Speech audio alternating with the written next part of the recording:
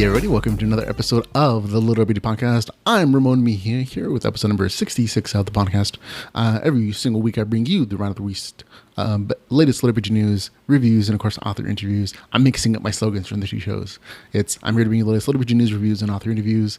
The other one is different, that other podcast that I do. But this week I have 7 new LitRPG reviews for you, including Shaman's Revenge, Way the Shaman Book 6. It's out. I liked it. Also reviewing Earth's Gambit. That's the game, book 2. Also Fistin the Furious, Caverns and Creature short story. After that, it'll be Epsilon Shadowgate, a LitRPG novel. And then The Kingdom Stone. Then additionally, Unlikely Heroes. And finally, Accidental Thief, a LitRPG accidental travel adventure. So there we go. 7 new LitRPG reviews for this week. But of course, we begin our show though with LitRPG news.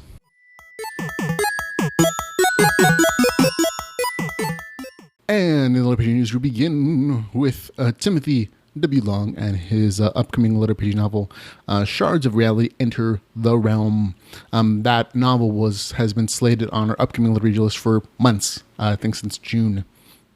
It was supposed to come out on August 22nd of this month, which is only a few days ago. But when it didn't appear, I went back to look at it, and the entire page is gone for the novel, and I got really curious about it. So I shot the author an email, a message on Facebook rather, for an update on the novel, and it took a while to get back to me. But he says that he pulled it off because the novel just isn't ready. He kind of got behind. It's been delayed a few weeks. He says the beta readers enjoy it, but he's taking extra time to make the novel just right, I guess. So hopefully it'll be back up when he's ready, but I don't expect it for a couple of weeks. He said hopefully end of month, but I'm expecting sometime in September. So there you go. Okay. Also new in the LitRPG store.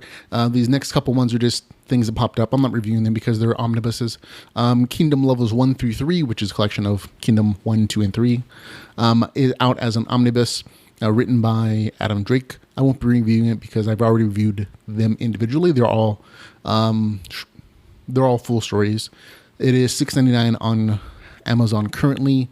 It is also on Kindle Unlimited. So I would recommend, if you have Kindle Unlimited and you don't have anything else to read, this isn't bad. Not a bad choice. But I don't think it's worth a $6.99 price tag personally. Also, Four Heroes of Other Worlds is another collection of LitRPG stories. It's a combo pack from 4 full novels from 3 different authors. It is not a really bad deal. It's over 1,000 pages worth of material for $3.99, a much better deal in my opinion. Or it's available on Kindle Unlimited, so lots of reading time potential here. I will let you know the authors, the actual stories that are in their author's name and the reviews that we gave them. Tinker Tailor Giant and Dwarf by Greg Corlock is one of the stories in there. We gave it a score of 6 out of 10. Also, Goblin Shadow by Kyle Voss got a score of 7 out of 10 from us. Also, The Scout of Artemis, also by Greg Corlock, got a score of 6 out of 10. And The Monster Spawn by Decker Davis got a score of 6 out of 10 from the LitRPG Podcast. So 4 very relatively, large novels put together, over 1,000 pages. Again, $3.99 or on Kindle Limited. For that price tag, not bad, not a bad deal, to be honest. I am sort of curious about how they're doing their revenue sharing. That's just as a technical, personal, professional curiosity, but also how they're handling the Kindle Limited exclusivity that they have on this particular collection, in addition to the Kindle Unlimited exclusivity they have on their individual novels that they still have out on Amazon. I'm kind of curious, if they just basically found some loophole that allows them to both be on there at the same time, or if there's some exemption or something. I'm genuinely curious. So I thought that was part of the story as well. But again, 4 Heroes of Other Worlds. And last but not least, in LitRPG news, a really exciting story. You already know that I'm going to be going to Dragon Con in September. So the end of August, September. And what you don't know, though, is that Jeffrey Falcon Logue, author of the Slime Dungeon Chronicles, was able to snag an actual table inside the convention at the last minute for LitRPG. I'll be there. Of course, Jeffrey Falcon Logue will be there, as are Luke Chimolenko, Blaze Corvin, Ramon Mejia, Michael Chatfield, Dakota Crowd, Travis Bagwell, rather, and of course the LitRPG narrator Jeff Hayes is also going to be manning the booth at some point. So if you're at Dragon Con, feel free to stop by, hang out, chat with us. Of course, a lot of these guys are going to be selling books that are signed, merchandise if you're a fan of their works, or if you just want to go take pictures or bug them about when their latest book is out. All that is totally perfect. Come by, say hi. Happy to talk to you and see you. As far as I know, currently it's in floor 1 of building 2. That's as much as I know currently. I'll let you know an update on the exact location of the table, so you can go check us out and come by and say hello. I'm personally just going to be having some LitRPG general information first for anybody who doesn't know what LitRPG is. And of course, maybe some LitRPG podcast stuff and a few books, but not much else. Okay, there you go. Also, don't forget there are going to be some LitRPG hangouts around Atlanta and around Dragon Con, including the LitRPG Gala hosted by Alaron Kong, and some other places where the authors are probably going to go hang out and drink, and be more than happy to hang out outside of the convention as well. So stay tuned for either LitRPG Podcast or other groups for those meetups. Okay, these are some novels that came out this week. Haven't read them. I'll be reviewing them next week. Shadowlands, a LitRPG series. Also Shadowlands 2. The author put out books 1 and 2 in a series the exact same day, which is a very interesting choice. Also, Unexplored, Rise of the Crimson Kingdom is also out. It looks like it's an erotic novel, in addition to like maybe a story novel. I'll have to wait and see until I actually read it. But that is in the description of the novel on Amazon. So there you go. New LitRPG audiobooks. The Quest, Dark Paladin Book 2 is out. Go check that out. I enjoyed it. But remember, it's not Way of the Shaman. So if you're expecting Way of the Shaman just because it's from the same author, it's a completely different world with a completely different game mechanics, motivations, the whole shebang. It's, very different setting. Also out on audiobook, The Land, Catacombs, Chaos Seeds Book 4, narrated by Nick Podell, written by Alaron Kong. People have loved books 1 through 3 that are done by Nick Podell. I'm sure 4 is just as amazing. Go check it out if you're a fan.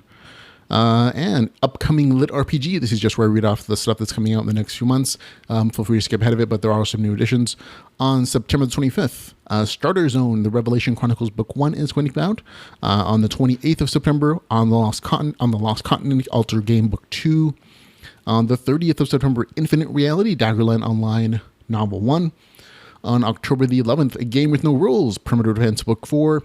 On November the 16th, Shadowlands Book 3, Demon Wars. So that's it. That's all we have up for pre-order currently. I'm not sure if authors are just not doing pre-orders anymore for some reason. But just remember, if you have something that you plan to come out at a certain date, feel free to let me know. I can add it to the list, even if you're not planning to do an actual pre-order. This way, you and other authors can kind of gauge the future publication dates of other people to see what weeks might be a little too crowded and kind of plan accordingly so everybody doesn't publish on the exact same day or in the exact same week. This kind of happened last week where we had like 20 LitRPG novels that came out in like a 2-week period.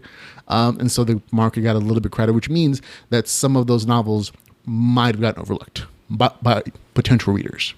And this week we have a total of like 7 that I'm reviewing. And next week, at this point, I'll have 3 that I'm reviewing and potentially a couple like new surprises. So again, feel free to shoot me an email if you plan to publish on a specific date. You can send feedback at geekbuzzpodcast.com or LitRPGpodcast@gmail.com, or just send me a Facebook message. That's easy too. LitRPG Podcast. Okay, on to new releases and reviews.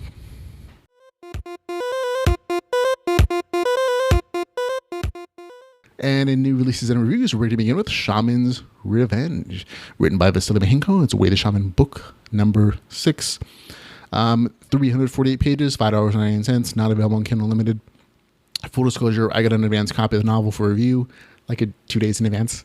I also got a gift copy from Vasily. He was like, hey, thanks for reviewing our stuff. Here's a novel a day before it's out.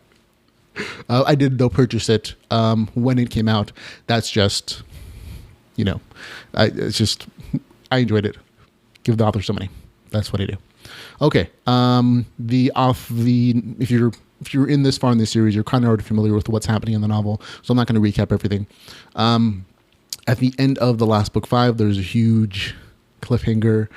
I'm not going to spoil it for anybody, but some some stuff happened, and it kind of shifted the way the novel goes. So in this review, if you haven't read up to book 5 already, there's probably some spoilers for you, just like a few tiny bits. I'm going to try my best not to do too much, but you might want to skip it if you haven't read up until the entire thing. Okay, the beginning of this novel begins with Mahan waking up in reality. Remember, at the end of book 5, his debt to society and the jail system has been paid off because of the betrayal of, Anastasia and her family. And so he wakes up in the real world. He's being pulled out of his capsule. He has to go through mandatory VR addiction rehab as part of his release program from prison. He has a bunch of swirling emotions he has to deal with. He has bouts of delusion where he feels like he's in the game still, even though he's actually in reality. And they're almost like flashbacks. And it's a very interesting way to describe virtual reality addiction. I thought that was kind of neat. Once he's free from rehab, Mahan plots his revenge and is recruited by a mysterious figure who also wants the downfall of the Phoenix Clan. So there are some outside influences in the real world that are also helping Mahan get his revenge, which is why the novel's titled Shaman's Revenge. So there you go. So if you are fuming after the end of book 5 because of that plot twist, book 6 might make you feel a little bit better. There is a short story in the series that tells the events of the end of book 5 from Anastasia's point of view and why she does it, and it kind of gives you a new spin in it. But not everybody wanted to pay $4 for a short story, and so this novel actually does also talk about those same events, but again, it's from Mahan's point of view, and it's gradually released to him. That same information is released to him, and he also comes to his own conclusions based upon his own reasoning, and especially towards the end of the novel, which again, I won't spoil, but you'll probably feel better after reading this one if you just skip that short story. The novel for me can be broken into 4 particular themes or arcs. 1, Mahan dealing with fallout from the events of book 5, both in real life consequences and the in-game ones. Remember, at the end of book 5, Anastasia essentially sold off all the assets from the guild, and she tried to destroy the guild entirely, and which is what Mahan used to pay his debt off. But there are consequences for that for Mahan when he returns to the game eventually. But there are also consequences for him in real life. 2, the cleanup of several storylines and quests from the series. So remember that this series is ending. There's only 7 books in the series. It's already been finished in Russia for a very long time. And so there's nothing new coming for The Way of the Shaman as far as I'm aware of. And there might be some different perspective novels later on. But for now, this is it. And so you can tell that the author is cleaning up all those little loose quests that are out there in the story. And that's part of what this is. 3, the shaman and the mysterious figure plotting to bring down the Phoenix Clan. Now, this is kind of the big overarching theme, revenge. I mean, it's in the title. And so a lot of this is plotting how to get the best revenge, implementing it, Mahan maybe having second thoughts here and there, but going forward with it, things like that. 4, and I think this is the most interesting portion, Mahan figuring out how he feels about Anastasia/Stacy. That is also, and I think that's the most interesting theme in this particular novel because it is very real to me. Love is messy. I mean, love is never as easy as oh, I love you, you love me, we're together forever, happily ever after. That's not real. And emotionally, this is more complex than all the other novels put together, because at sometimes he hates Anastasia and he wants to see her destroyed, and he at some points he imagines very terrible things happening to her, and he reflects in his crafting. And at other points he remembers the things he loves about her, and that the bad thing that happened at the end of book 5 doesn't necessarily negate the good things that happened between the two people. And there are hints, of course, if you read the short story, you understand how more complicated this is. But it's an emotional journey for Mahan in that respect. And I like the fact that it wasn't simple and easy, and that there were conflicting viewpoints sometimes from both Anastasia and from Mahan in the way that they dealt with each other. And that was interesting. But I have to say, at the end, it's better resolved. And I like the resolution at the end. I mean, it's not completely resolved. There's a whole another book coming, book 7, that'll probably flesh out the rest of it. But, I'm pretty satisfied as far as the emotional impact of all these little these threads and their actual resolution by the end of the novel. Like I said, plenty of other great stuff in the novel. There are places in this story that feel rushed. And part of that is explained by in-story events. And other, as I was explaining, the fact that this is the ending of the series. There's this book, and then there's book 7.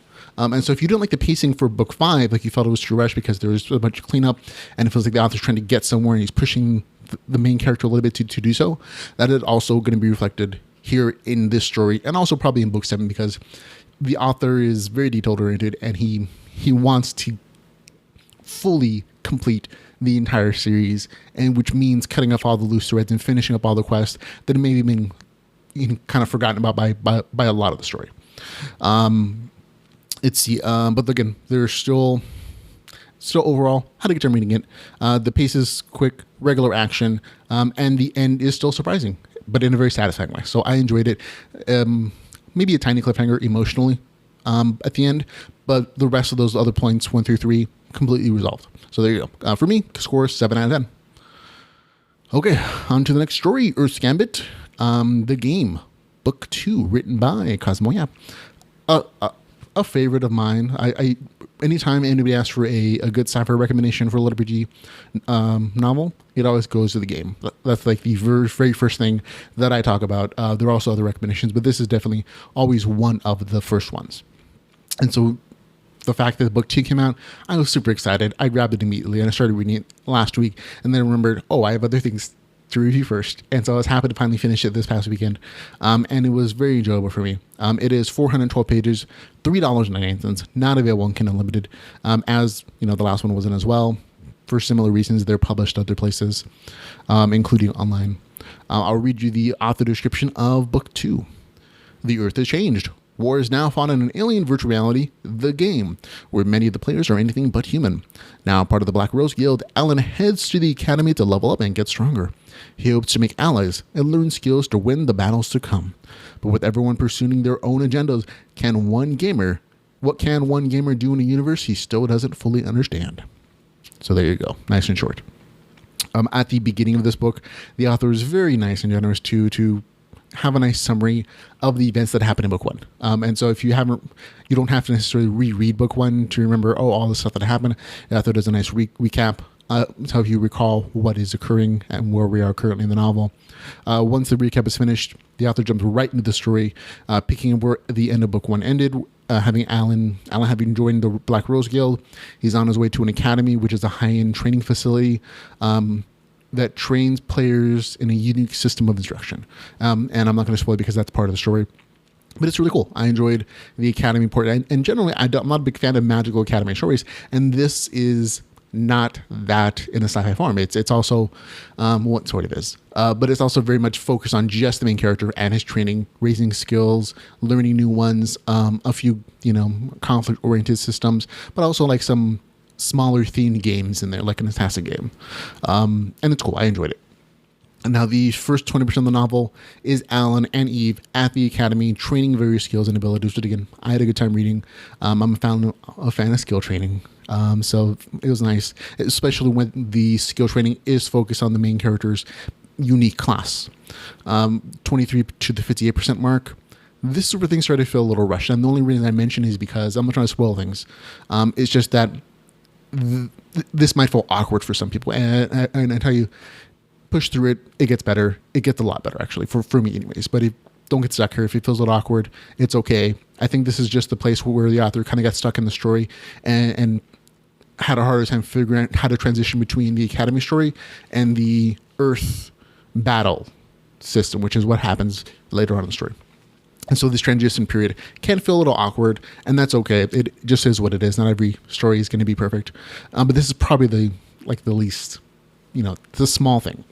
But again, some great training here as well. One of the cool things that is in this section that I thought was really well done is that the main character learns how to hack, but it is described like it is like a real-time strategy game where you're building units, but it's all in the main character's mind, which I thought was a really cool way of looking at hacking. So cool there.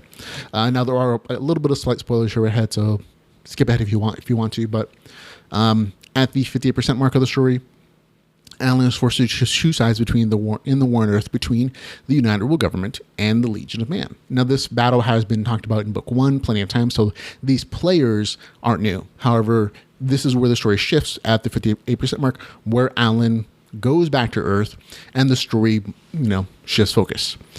He uses his new hacking skills to try to help whatever side he chooses win. I'm not going to tell you which side he chose. That's for you to read. There's some really good action scenes here in this last half of the novel, and I was happy to say that it didn't end predictably. The main character doesn't necessarily make the most obvious choices, and the results are not as obvious as they may some other novels may have made them, and I like that. It was good, nice, good ending. I had a great time reading the novel, and I'm really just glad that it came out, and I look forward to reading book 2 as soon as possible. For me, it gets a score of 8 out of 10. So there you go.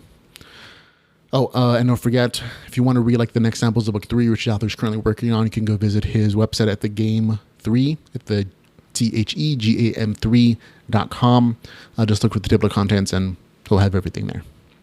Okay, on to Robert Bevan and Fistin the Furious, a Caverns and Creatures short story. Now, at the time of pulling this information from Amazon, there is no page number. I'd estimate it's about 50 to 60 pages. It is 99 cents, not available on Kindle Unlimited.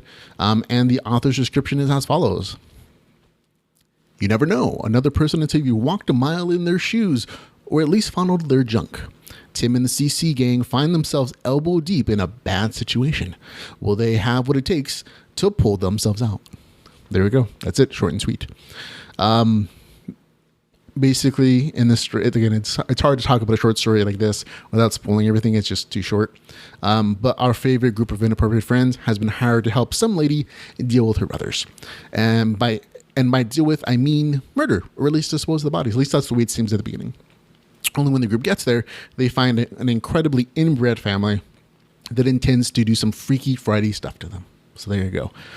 This one didn't quite hit my funny bone the same way that some of the other ones did, and that's going to happen occasionally. Next month they're going to have another short story in the series, so there's more coming. But again, this is very potty humor centric, lots of cursing in here, and it's short. For me, it was fine. It didn't quite hit good for me, which is going to be a 7 out of 10. For me, it was just like slightly less than that, so a 6 out of 10. Still enjoyable, but just not to that level that some of the other stories have been. So that's it. Okay, on to Epsilon Shadowgate, a LitRPG novel written by Ian Woodhead. This is 160 pages, $3.99. It is available on Kindle Unlimited. I actually think that page count that Amazon gives 160 pages is slightly incorrect. I feel like it should be closer to 200 or so, maybe a little more than that. But I will read you, that's way too long. I'll read you my description of the novel. Aliens invade Earth and force everyone into a virtual reality aimed to determine Earth's future. In the far future, a young man who lives at home spends his time in a virtual reality gaming system. One day, aliens show up in the sky, and while everyone is concerned about their sudden appearance, they don't seem to be doing anything at first. They're just sitting there. So the main character, of course, continues to play his full immersion virtual reality game. Then one day soon after, the whole population of Earth is killed, and their minds are forced into a virtual reality game so that the aliens can take over Earth. And the rest of the story, essentially, the main character and his hacker friend beating a bunch of levels to try to save the Earth and win the game of an indeterminate amount of levels.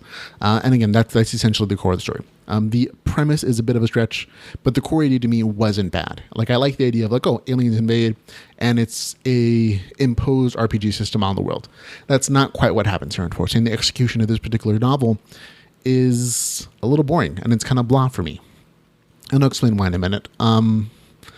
The bigger issue I have with the novel is the fact that there are RPG mechanics at the very beginning of the novel, whether it's in the normal game the main character plays before the aliens hit, and also in the first few levels of the alien version of a VR game. So there is RPG stuff there. So if early on the story, RPG stuff. But as the novel continues, it just kind of disappears, and it becomes more of a VR simulation portion of it. And basically, even after that point, all game mechanics entirely are almost lost. And so for me, even though it's that portion of the game mechanics stuff just didn't work for me at all. And additionally, the progress of the story is also sort of broken in that the main character throughout the entire novel almost does nothing to advance the story. And so he's a very passive character in that everything that changes is implemented by someone else, whether it's his hacker friend who, weirdly enough, moments after being sucked into this game, knows how to hack their system without any explanation. And he's constantly pulling the main character forward, giving him new powers and abilities, weaponizing him, whatever the case is. But it's never the main character who's ever doing much of anything. I mean, he does stuff like he walks to places and he finishes some quests and stuff, but all the major plot advances just not done by the main character. So that to me also kind of broke the story. And for me, just an overall unsatisfying read. Score 4 out of 10. There you go.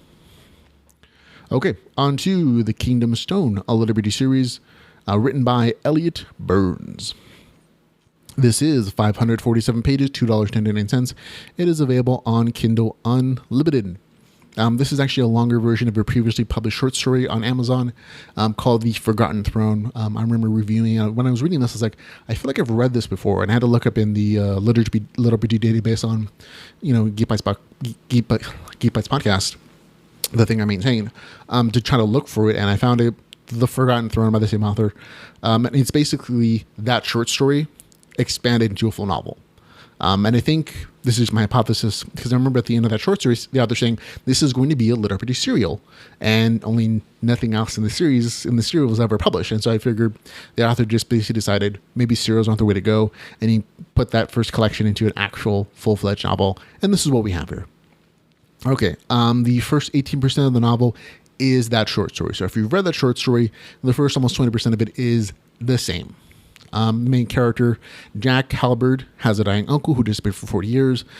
He puts on his bracelet. The main character puts on his uncle's old bracelet while he's visiting him, and he's transported to a medieval fantasy world. There, he eventually finds a castle that calls him Lord Halbert, and suddenly has magical game powers that he's supposed to use to build a kingdom and defeat the evil bad guy. That's essentially the premise of the story. Now again, the original novel, the original short story, got a bad review from me because it was basically so short that the RPG mechanics only showed up like the last couple percentage points of the novel, and the rest of it was either just set up in the world or straightforward portal fiction fantasy. And this novel, thankfully, has addressed that concern because that short story wasn't bad. It was just the RPG mechanics were just like such a tiny percentage of the actual novel that they didn't really mean anything. And so here, that is fully addressed. There's a lot more expansion of those game mechanics, much more explanation. But again, it kind of suffers from, later on, the same kind of issues. And I'll get to that in a minute.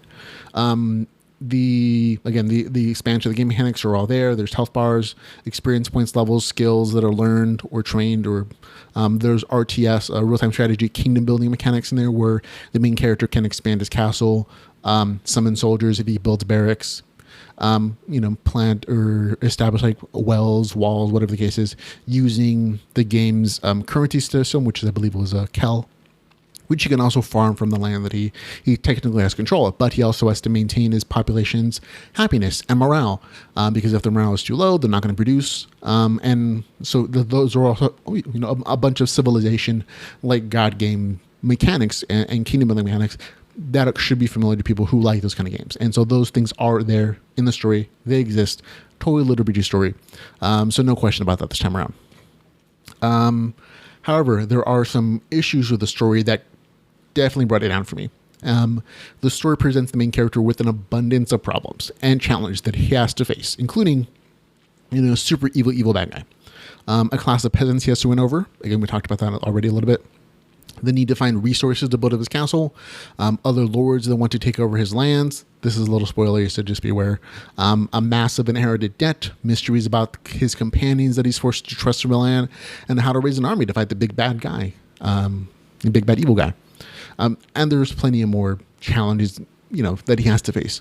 Now, what the issue is that not all of those are resolved. As a matter of fact, very few of those problems are resolved in the story. The issue with the inherited debt is nicely resolved towards the end of the novel, as is part of raising capital that is sort of resolved in a way towards the end of the novel, but most of the other problems are just like, here's some stuff to deal with main character, and it never gets dealt with. And so there's very little resolution of a lot of the plot lines in the story, which makes it seem very unsatisfying by the time you end. And a lot of this feels like filler, or a lot of setup for what may be coming down the line in books 2 or 3 or whatever the case is. And to me, that just felt unsatisfying. Now, the other big issue I have with the novel is the fact that in the first half of the novel, there's a really good setup of game mechanics. However, after that 50% mark, they mostly disappear. And this is reflected in other reviews in the novel as well. There are still occasional level ups and notifications about population stuff, but it really feels like after the halfway point of the novel, the author just kind of got tired of writing about game stuff. And I mean, that's an author's choice. Like I said, it's LitRPG for me because of that great setup in the beginning and how it is. It's very detailed in the beginning portion of this novel. It's just that after the halfway point, it's a lot rarer. As far as like the game mechanic stuff showing up. And then that's a choice. Overall, the novel improves with the short story by including and expanding game mechanics to the world. The novel is LitRPG, but as it progresses past the midpoint, it feels more and more like general portal fiction. That plus the letdown of so little resolution within a story left me feeling rather ambivalent about the novel. It gets a score of 5 out of 10. So there you go. Okay, on to Unlikely Heroes, the LitRPG science fiction adventure written by Takeshi Mori. This one is 289 pages, $3.99. It is available on Kindle Unlimited. Okay, I will read you the author's description. What if humanity's lost hope was a group of RPG nerds? For Jason, all that matters is his teammates and the world of Azure, an MMORPG where he spends most of his waking hours. Contrary to the real world, in that game, he has found meaning. As leader of the top guild, he's respected. He's someone. Unfortunately, the people around him don't see it that way. They keep telling him that he should grow up, that he's wasting his life away. He should just go back to college or find a job. Otherwise, he's in for a rude awakening. But when Jason wakes up from one long gaming session and finds out the entire game world has been trapped alongside with him, the entire world has been trapped alongside with him in his favorite game, the responsibility falls on his shoulders and that of his guildmates to find a way out. Those countless hours he's put in will finally serve a purpose. That is, if they can survive that long. With no respawns or res available this time around, he has no room for errors. Jason will have to start again from level 1 while dealing with the inevitable rival guild's warmongers that is set on killing them all. So there you go. That's the author's description. Mine's a little shorter. Basically, sometime in the future, there's an RPG shooter game that's super popular. The main character Jason and his friends fight, playing. That's where the novel drops you in. So that's where you're going to start out in a video game. However, then it shoots back to the real life main characters. To give back a story on the main character, he's an 18-year-old college dropout. He's really good at the game, and he plans to go pro. But of course, his family doesn't understand that, and they kind of guilt trip him, thinking he's wasting his life away. Then one day, everyone wakes up trapped in a game, and this group of friends is supposed to save the world with their amazing game skills. So there you go. That's my shorter version. This is a very action-oriented story with lots of battles.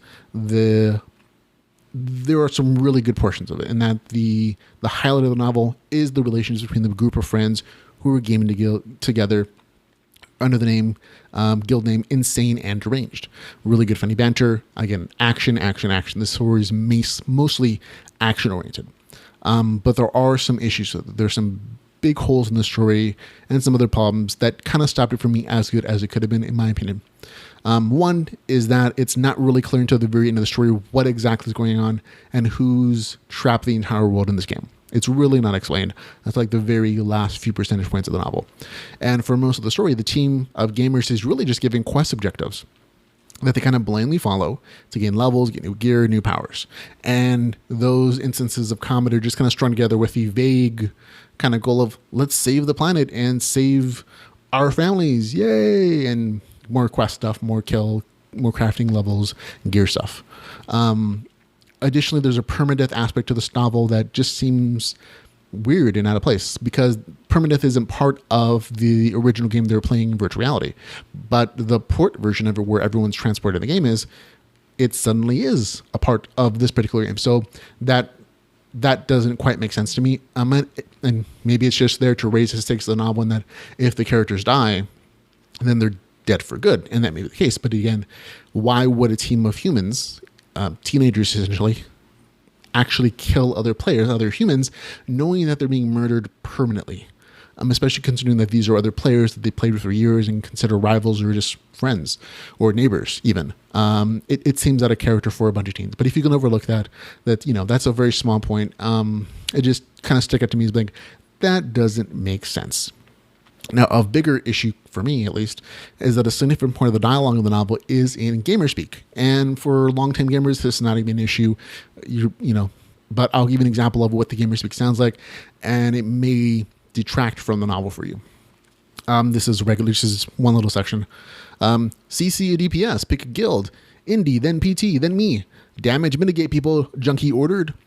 Indie CC the hired gun and warmongers. Pain train grab the scientist DPS in crits and giggles, and Junkie CC'd the TH DPS and bruh. There you go. That's an actual, real, just 2 little paragraphs from the novel. And there's a lot of that in the story. And so if that kind of dialogue doesn't make sense to you, there's a glossary at the end that kind of explains some game terms.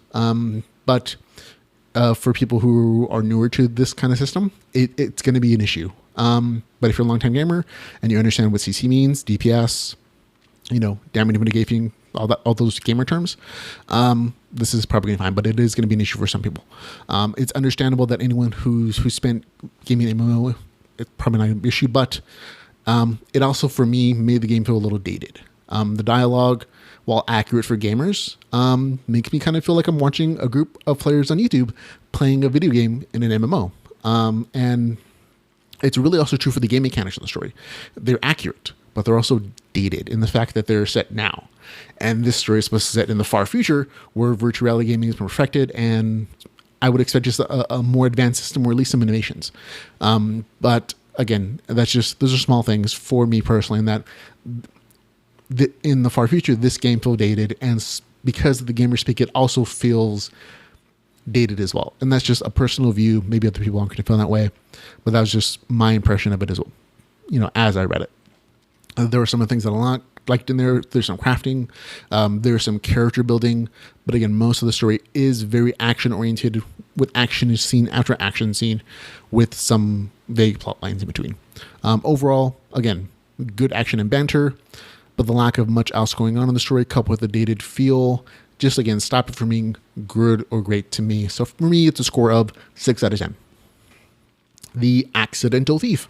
Last story, a LitRPG Accidental Traveler Adventure, written by C.J. Davis and Jamie Davis. Oh, nice. Okay, this is 322 pages, $4.99. It is available on Kindle Unlimited. I will read you the author's description. A nowhere job, a bootleg game, and a luck turned upside down. Hal Dix was stuck in an unlucky life. His wife's a successful engineering executive, while his IT desk job led nowhere. Even his daughter's daycare teacher thought he was a loser. He couldn't catch a break. Then a strange woman at a flea market sells Hal a bootleg early release of the highly anticipated Phantasma game. It is just what he wished for, and he can't wait to play it during his long weekend home alone. His luck has finally turned around, right? Hal should be careful what he wishes for. Whisked away into the game world he only wanted to play for a weekend, Hal enters a world desperate for a hero. Is Hal Dix that hero? So there you go. It's a pretty good description of the novel.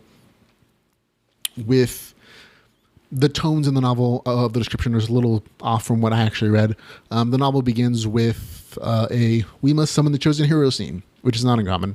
And then it shifts very much into a woe is me section where Hal, the main character, laments about his dead-end job, the bully at work, the wife that's too good for him, and more self-esteem stuff. Now, in this particular section, a lot of times authors can take the woe is me section a little too far, in that the main character feels very whiny.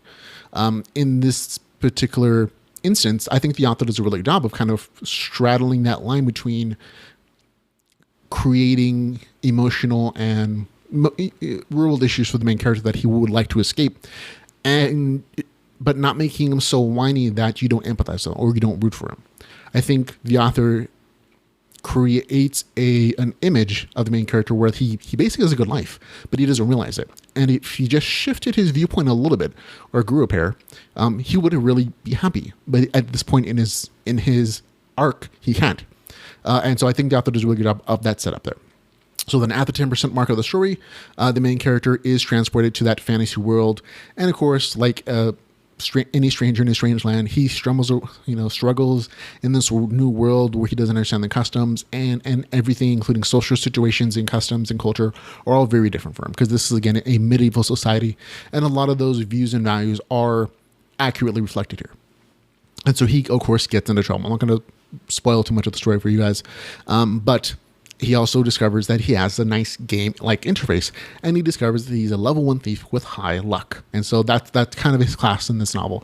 He's a rogue, and he's high luck rogue. So he's, a lucky rogue. Now, I'm going to break this review of this particular novel into two different parts because I think they're very distinctive reviews. One is going to be the game mechanics of the story. The other is going to be the story itself. And I'll begin with the game mechanics. The game mechanics of the story are thoroughly described. This is absolute LitRPG. The main character has a character he looks at fairly regularly. He gains experience points from killing and completing quests. He has stats that he can prove that he levels. He can learn skills by doing or by applying skill points to them to class-oriented choices like hiding, sneak, backstabbing, whatever the case is. There are notification screens that pop up for the main character for quest notifications or for showing experience gains. And he gets experience points when he completes them. And that's kind of all the game mechanics that there are. They're very centered around the main character. The majority of this explanation about those game mechanics, and they're a little more detailed in the story, is they come from the first 20% of the novel or so. And at the midpoint of the story, though, you start to see that those game mechanics do appear less often. Like the shifting from the story is from, here's your introduction to game world or to this world, its history and the game mechanics the main character happens to use, to, this is the story. And the game mechanics still appear. They don't disappear like they had when that other story I reviewed. They just left often. They only appear mostly in combat, and in either getting a quest or completing the quest, like the experience points off. But there are less there, which was sort of an issue for me, but not a big issue, because they do still appear regularly, and you still get character sheets that appear every time the main character levels and applies skill points and stat points and gets new skill stuff. So it's just less though, and it's kind of just a reflection of the balance that the author is trying to achieve between in this story. In the same way that the author had a very fine balance in the introduction of the main character between whiny and approachable and lovable. In a lot of the story, there is a balance between game mechanics and portal fiction story, which is kind of what this ends up being in part of. But I'll get to that in the story review section. As far as the game mechanics, though, one of the big issues with the game mechanics is that there's never really a clear explanation as to where these game powers come from. I mean, through the entire novel. At the very beginning of the novel, there's sort of a let's summon the chosen one thing. But that doesn't come back around until like the very end of the novel. And even then, it's not like a big part of it. So there's really never explanation of why he sees these game mechanic stuff and nobody else does seem to be. Or even if that's the case, that's never made clear. So when I was reading that, I had a question like, are these game mechanics a part of the world in general? Like everybody gets experience points on the level? Or is it just the main character? And if so, where does the main character get these powers from? Is it from his brain? Is it from the game system he used? Is that just his chosen one special ability? And that's never answered. And so that kind of stuck with me a little bit. And again, this is my math brain. I had a tiny issue with the XP requirements of leveling and some of the XP that was given out for kills in the novel.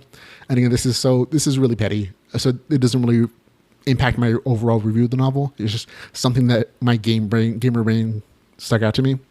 Very early in the novel, the main character gets 100 XP points for killing a human guard. A little later, he gets 300 XP for killing a large spider.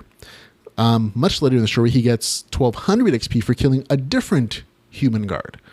And then he also gets 2,500 experience points for killing a human assassin. And while I don't generally have an issue with whatever authors choose to give for experience points for killing, these particular experience points giveaways don't really make sense to my brain. Like it's clear as far as like a story here goes that the XP is being adjusted to keep the main character leveling, and it's not a huge deal to me, but it does kind of ruin some of the game logic that should exist in like a static system. This is more of a system that I would expect to see on a tabletop, where the game master is adjusting the experience points given out for various quests or for various monster kills or for various kills to keep the pace of the leveling continuous and on that nice arcing curve where the main character gets more powerful. And so I get that, but this is supposed to be like video game mechanics, and so it was just a small thing that stuck out to my brain, and it kind of comes down to the fact that there are no descriptions of differences between those two human guards.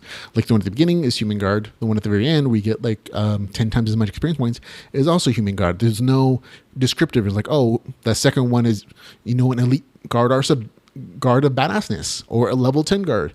They're both just described as guards. And so that was probably the issue for my brain. But other than that, like really solid game mechanics, game stuff is really good. Okay, now story-wise, the first half of the novel has the main character being led around on various tasks of increasing difficulty that reveal the game mechanics that the main character uses to become more powerful.